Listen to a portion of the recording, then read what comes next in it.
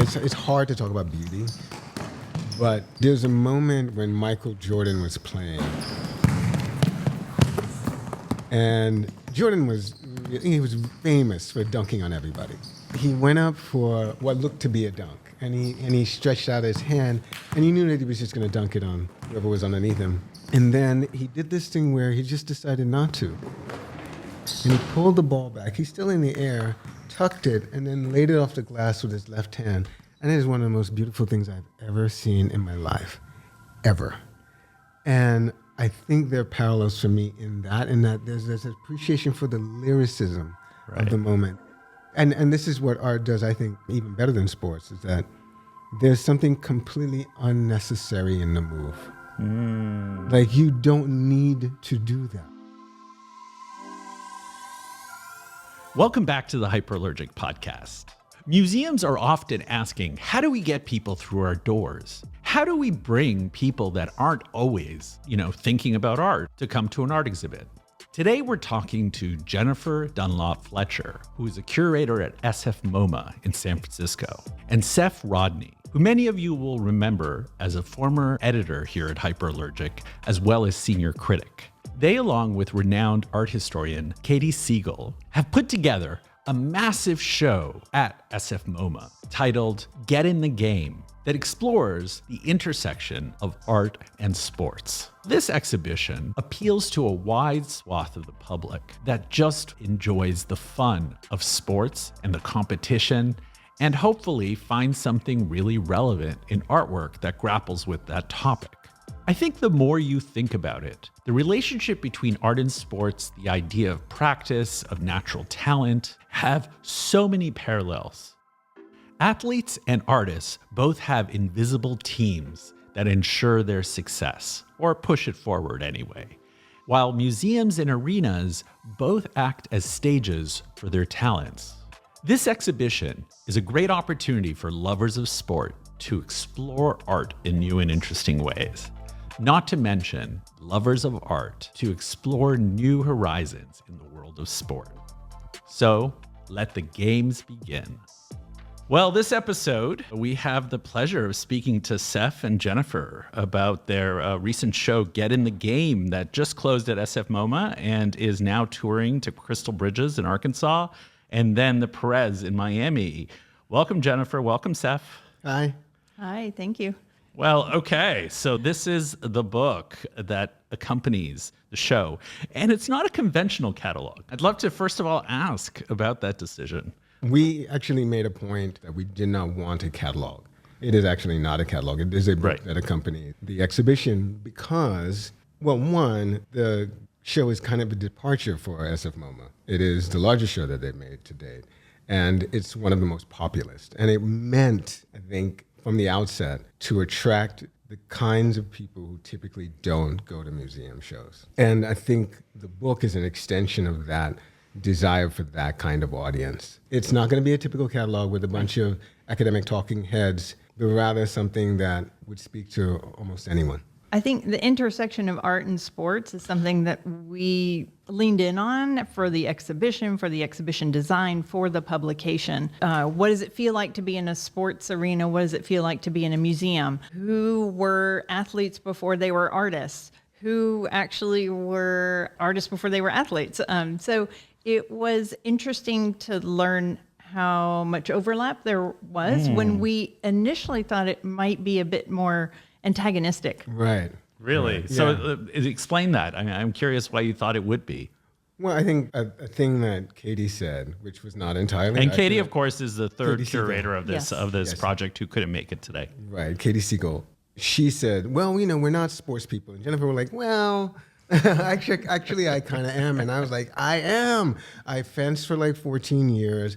I grew up watching basketball. Right. And it's still one of my favorite sports to watch. And lately I've become more of a bit of a tennis fan. But I think Katie initially thought that the kinds of people who go to museum shows and are really willing to engage with those deep, I'm going to use the word academic again, but and sometimes obscure subjects, are not the typical people you would find at a stadium And I think, the podcast publication is called Bad at Sports, literally, because the people who produce that think that people who care about art are going to be bad at sports. Right.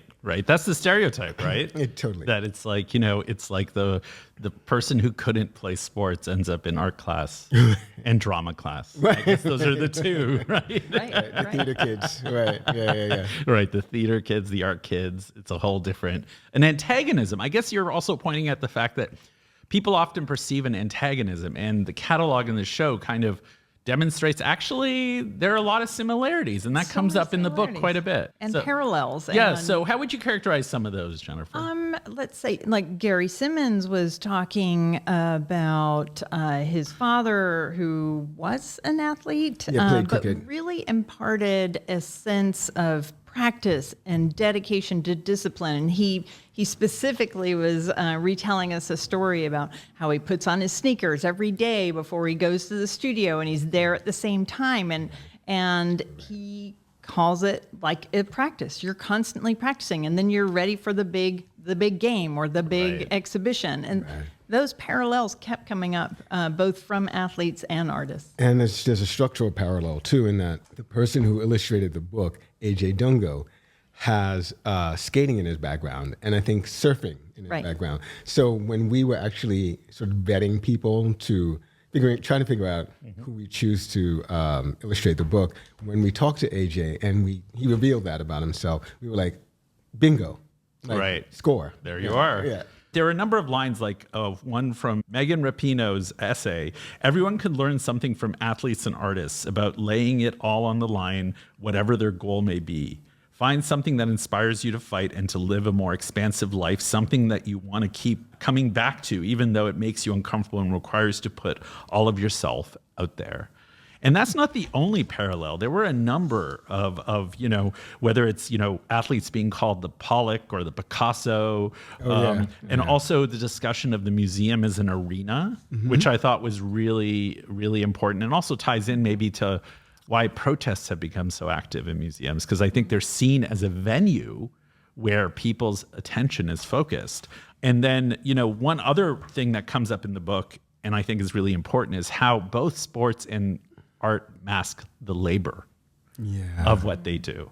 Right? It's like you think you see it. It's sort of like the white canvas or something, right? And you're like, oh, that must just be so easy or whatever. But it actually masks the fact that there's a lifetime of learning and practice that go into that. And sports are the same. I wonder if both of you can comment a little about that hidden labor in something like sports and art. I will say that one of our audience questions, we had a couple of audience questions. Would you rather have a sneaker deal or a championship trophy? One of them that surprised me was talent or practice. And overwhelmingly, the audience chose practice. Oh, wow. Really? I did not. I don't think I. Wait. Explain that. So they got to choose. I mean, what was that exactly? What do you admire more, or what do you think? I think gets you further. Right. Yeah. And so practice was the one that people chose, which I was surprised. Well, it kind of does make sense, because I think most people in the world realize that people who are truly gifted, like the LeBron James of the world, they're 1 in a million. Right. Almost literally 1 in a million. Right. I think people think, well, at least practice can give me the leg up. Practice can give me the foot in the door. I may not be LeBron, but I can practice to get to the point where I'm half LeBron. Well, I think also a lot of us know people who have the talent, but without the practice never got anywhere. Right? Also true. I think that at least in the art field, we see lots of people with talent, right? But it's like, if you don't show up on time, you're not doing the stuff, you're not handing in on deadline, you're not going to have a career, right? And then it's sort of like, it's different. So I feel like that gave me an in. I'm one of those people that's not very sports oriented. So for me, it sort of like made me think about that. I was like, oh, right. The part that we don't see is actually the real work. Right.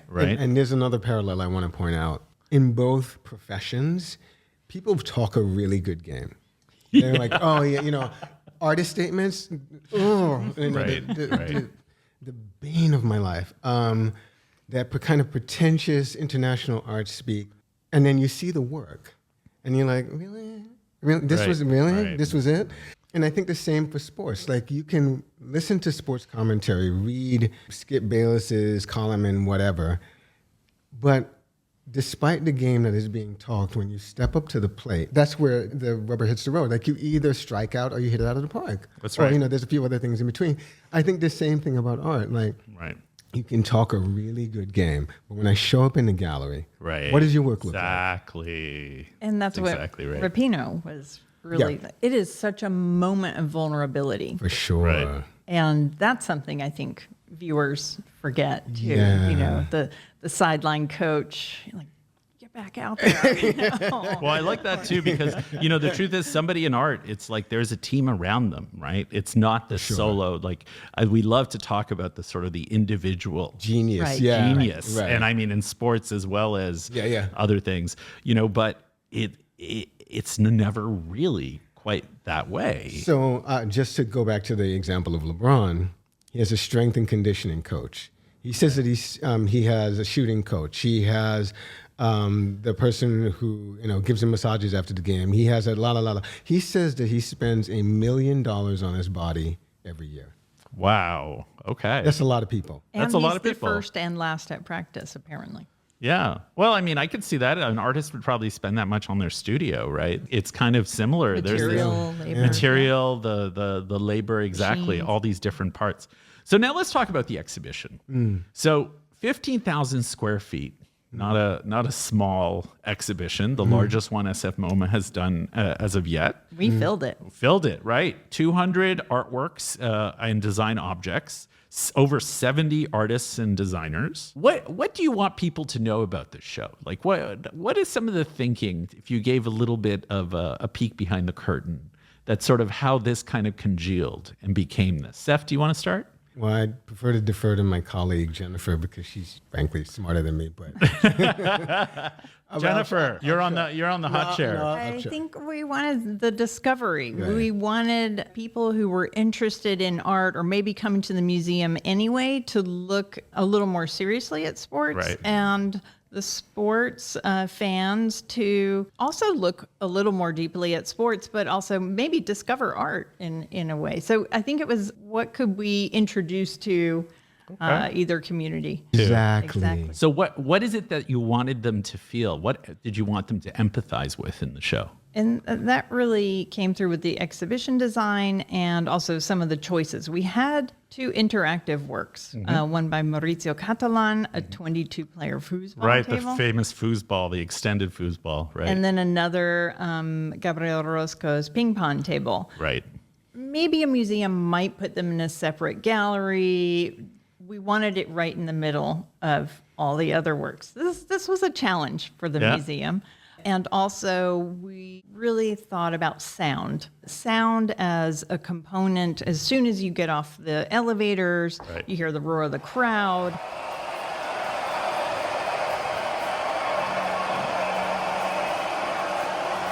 And it pulls you through the space. And we noticed that actually just makes a much more casual environment. People were talking animatedly with each other, and then they discovered that they can actually try out a game. So maybe someone who had never played sports, and that came up a number of times where someone was a bit hesitant to try out the tables, the foosball table, and then really got into it and got very competitive. And of course they did. They're like, now I get it. Of course now. they did.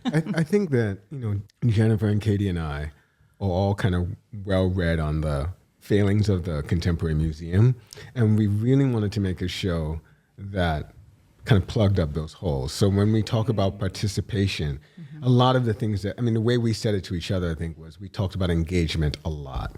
Right. How do we get the people to be engaged? Like, how do we get them to come and stay and have fun and think deeply about things?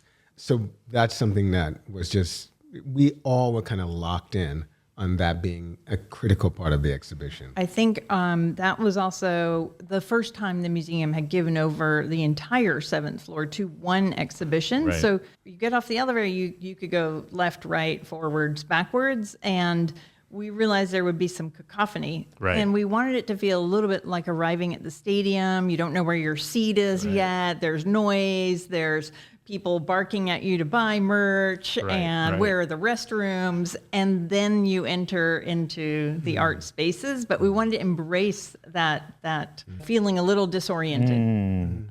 Would you agree with that, Seph? Is that the way you felt too? Totally. I mean, one of the things I think that's great about the exhibition is precisely that feeling of you can go left or right, forward or backward, and you're still going to find something that you like. So, but I often think of stadiums and museums opposite that way. Like stadiums are overstimulating. Museums can often be like about slowing down. But it sounds like that's something that you wanted to sort of play with in this show too. Like sort of the cacophony, as you mentioned, is kind of very stimulating.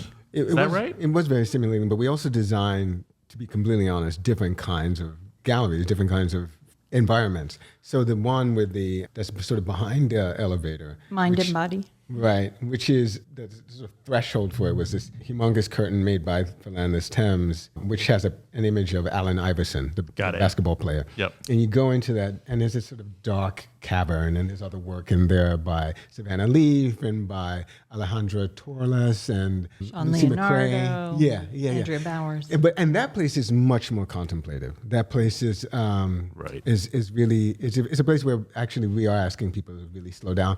Savannah Leaf's film is very much that. It's very contemplative and slow. Right. And got it. Yeah. So you're playing with those registers too, definitely. it sounds like. Okay. Yeah. Okay.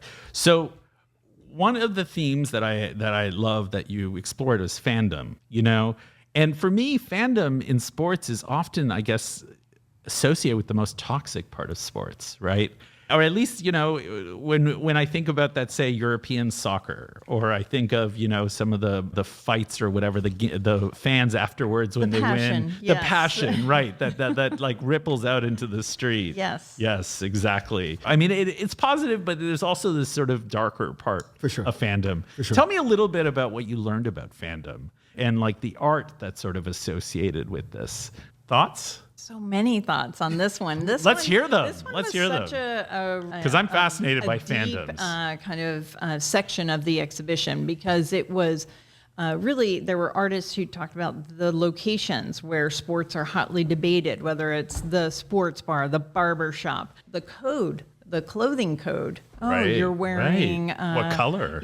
Blue and orange. Right. I know what that means. Right. And all the signifiers through your shoes, through your jersey, through the clothes that you wear. The obsession with the trading cards and a couple of artists, picking up on that little tiny moments of art. And Seph and I spoke often about just the operatic drama of watching sports, because we're both sports fans. Right. How crushing it can be if you see the injury list and your player goes down, or drama was also one of the themes, right? Well, it's just a running thread throughout the exhibition. Gotcha.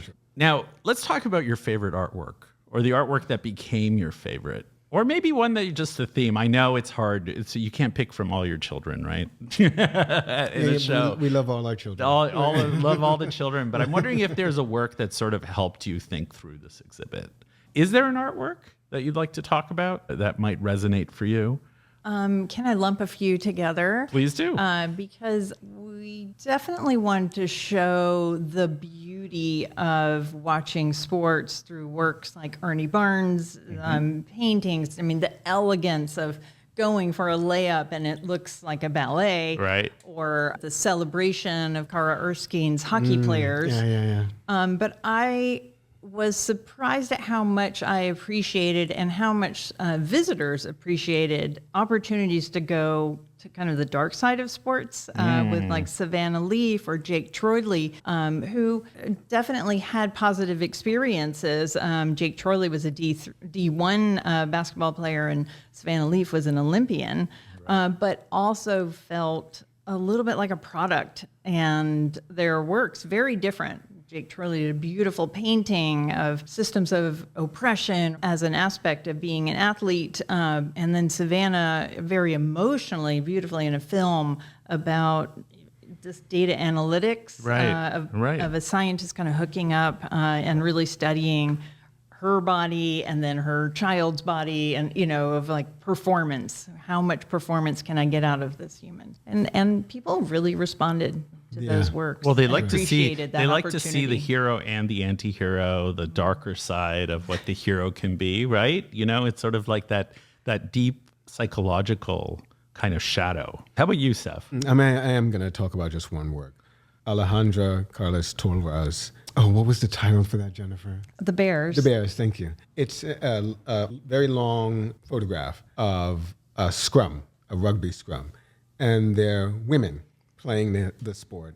And there are two smaller women who are pretty visible, who are sort of tucked in among the bandaged and bruised legs of their compatriots.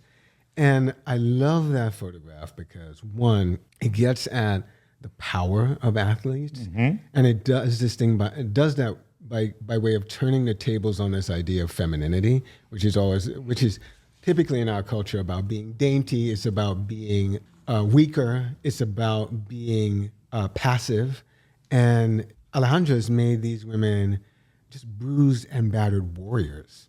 But you also strong. Yes, and you can see the feel that in the strength photograph. and the vulnerability, For all in one photo. For sure. And you know that they are getting beat up on the field because you can see the bruises on them, but they're in the game. And I think that's like one of the most powerful pieces in the whole exhibition. And they're together. Yeah, It's I a really real love that. community. You feel the team. Yeah. So, Jennnifer, tell me a little bit about the sports you watch and what keeps you watching. Like, what is it about it? And then do you see similarities with art for you? Because, you work on architecture and design and other things. Do you see the same kind of drive? Do you feel the same, or they come from different parts of your brain? A little bit of both. I think Okay. mostly different parts. I definitely am guilty of the armchair coaching and kind of love that. Yes, I follow basketball, also tennis, but I do follow Formula One because of the design. Oh. I am so fascinated by those cars. It is just peak design and Right. engineering. And for me, it's the car. It's all about Really? the car there. So So that makes a big difference. Yeah. Wow. And how about you, Seph? Are they different parts of the brain for you, or do you see them overlapping a lot? There is some overlap, definitely in the area of beauty. I mean, it's hard to talk about beauty, but there's a moment when Michael Jordan was playing. This is the 90s, and Jordan was famous for dunking on everybody. Just they call it, his airness, Air Jordan. He went up for what looked to be a dunk, and he stretched out his hand, and he was like, the rim was sort of like at his forearm, and you knew that he was just going to dunk it on whoever was underneath him. And then he did this thing where he just decided not to, and he pulled the ball back. He's still in the air, tucked it, and then laid it off the glass with his left hand. And it is one of the most beautiful things I've ever seen in my life, ever. And I think there are parallels for me in that there's appreciation for the lyricism of the moment. And this is what art does, I think, even better than sports, is that there's something completely unnecessary in the move. Like, you don't need to do that. So it's not as functional. Precisely. Right. Right. So would you argue he was the closest to, quote unquote, being an artist for you in terms of sports? No, not the closest. Who's the No. closest? Who'd be the closest for you? Oh, that's too hard. I can't answer that. I mean, there are fencers. I've seen fencers who make a lunge a thing of beauty. Right. And I would call that artistic. Right. So no, he's not the only one. But I think the parallels to me are definitely an appreciation for a thing that is lyrically lovely. I love how you describe we that. have talked about before too is unpredictability, and that is part of the addiction part, Right. and what keeps us coming back, even Right. though the game is the same, or maybe we've seen that artist's work before. When they can surprise you in some way, of like, how did they pull that out? Right. That is what keeps us coming back. Yeah, agreed. Are there any artists you kind of like, wow, they're kind of like an athlete the way they investigate this? I love that I'm perplexing the two. I know. This is like, Just when you thought you're like, oh God, one part of the show's done. Like, you have to really.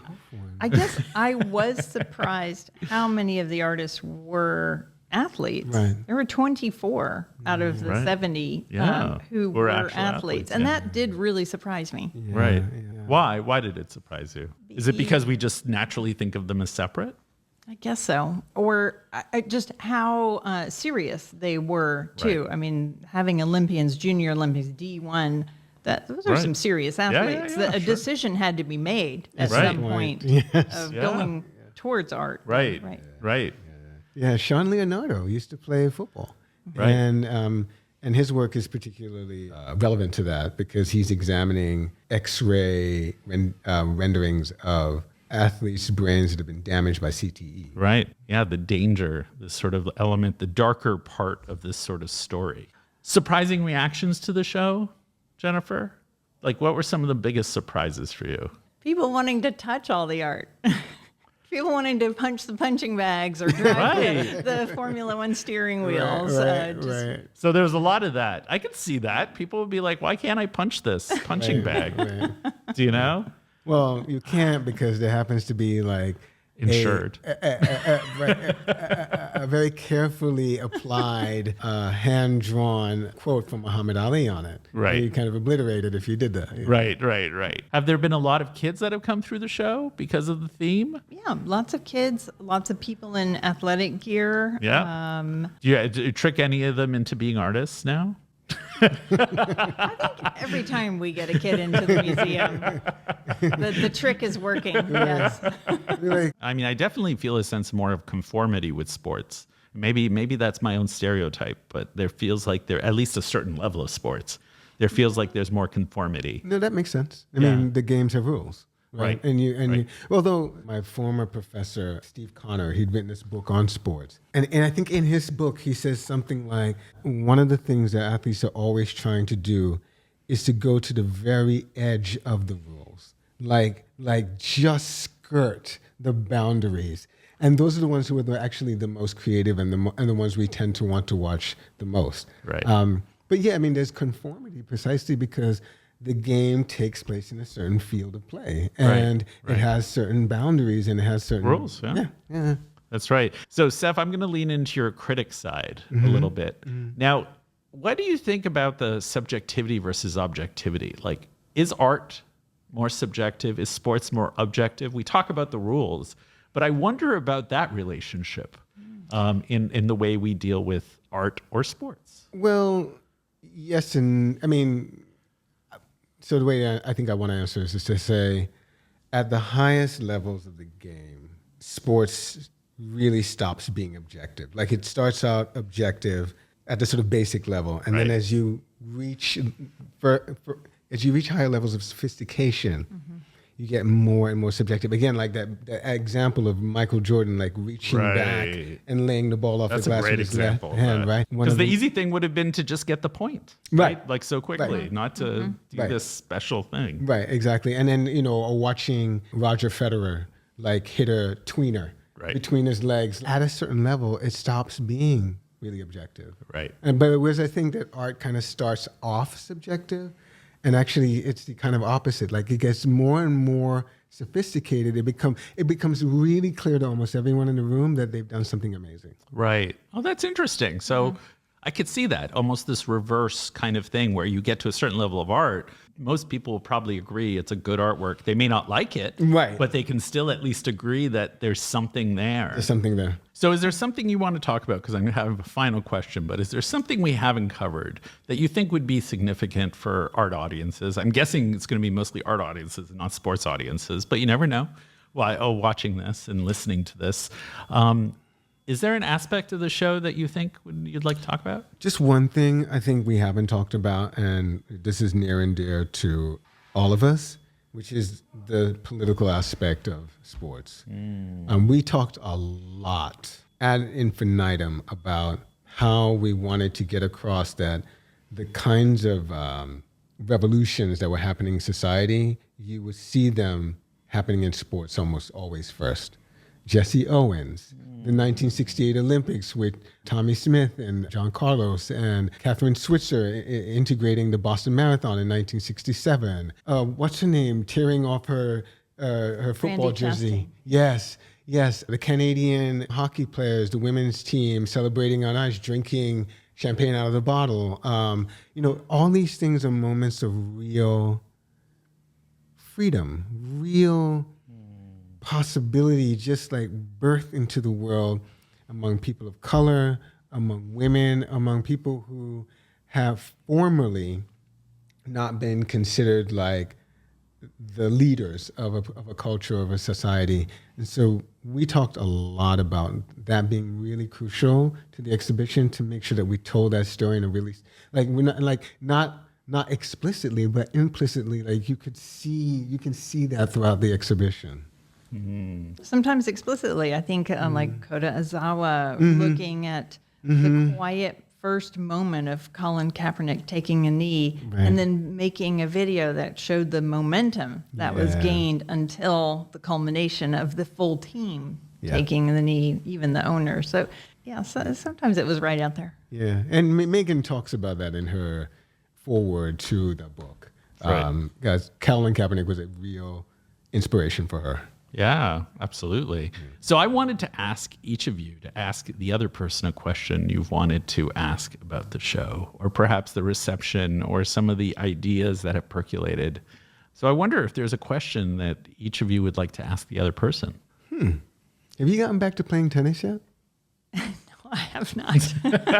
I know that Jennnifer loves to play tennis, and we commiserated with each other because we both have knee issues. So we're dealing with that. So I'm genuinely wondering if you've gotten back to playing yet. No, I haven't. Oh. Do you have a I'll call question? you and we'll play. Okay. Any question on your end? Going back to, I think I appreciate you brought this up to the very beginning conversations and learning, Seph, about your interest in transforming the museum space. And now that you worked on it, you experienced this exhibition. Did it do something that you had hoped it might, get us slightly closer to a different museum good experience? Question. Yeah, it did. In short, it did. In fact, when I think about the exhibition, I actually ended up comparing it in my head to Edges of Ailey, which I just saw at the Whitney. Right. Yeah. Edges of Ailey it's closed now, but it was such a dynamic, enthralling, engaging show. Right. That when I stepped off the elevator again, I had that thing where I don't know which way to go. Right. Like I can just go any direction, and it's all kind of going to be like, wow. I felt like we had some of that. Actually, that's probably the primary reason the show is traveling, is because it does that. It really does kind of engage people intellectually, orally, visually, yes, physically.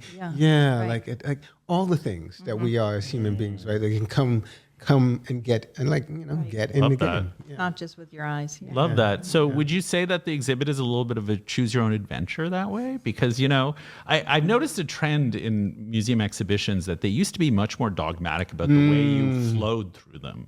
And they feel much more open now in terms of Alvin, the Ailey, Edges of Ailey is a great example of that. And this exhibition as well looks like there are these things. Was that conscious? Did you want people to choose their I think that's the second word in our intro statement. Yeah. We invite that and know that even if you see 10%, you will have gleaned something from the exhibition. Yeah. And go where you want to go. Yeah. Follow the sport, follow the sounds. Right.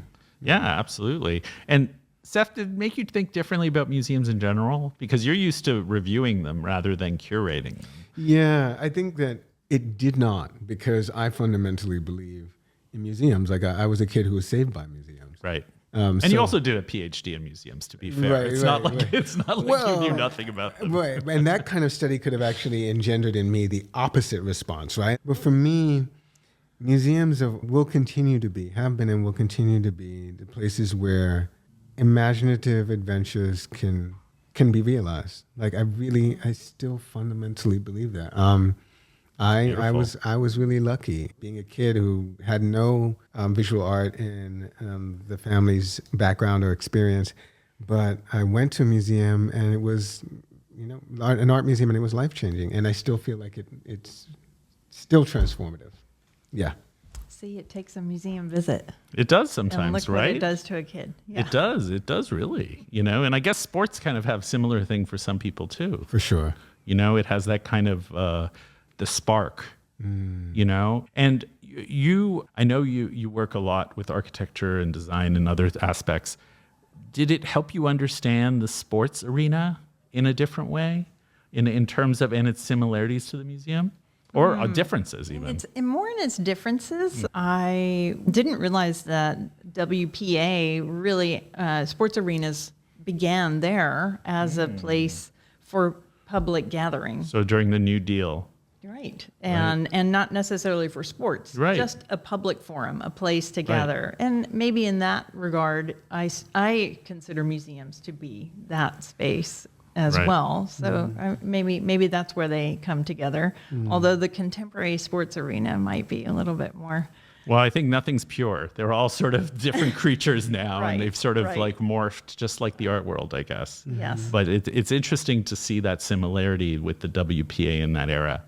Well, I want to thank you, both of you, Jennnifer and Seph, for joining us and talking about your exhibition, Get in the Game, Sports, Art, Culture. And so there is a catalog, and the exhibition will be traveling. And congratulations. Thank you. Thank you for having us. For your We interest. appreciate it. Of course. Thanks so much for listening to the Hyperallergic Podcast. This episode was produced by Isabella Sigalovich, and it was made possible, like all Hyperallergic Podcast episodes, by Hyperallergic sponsors. So thank you, all of you who are Hyperallergic members. Please consider becoming a Hyperallergic member for only $8 a month or $80 a year, because it allows us to tell the stories people want to hear in an independent and fearless way. My name is Hrag Vartanian. I'm the co-founder and editor-in-chief of Hyperallergic. Thanks so much for listening. See you next time.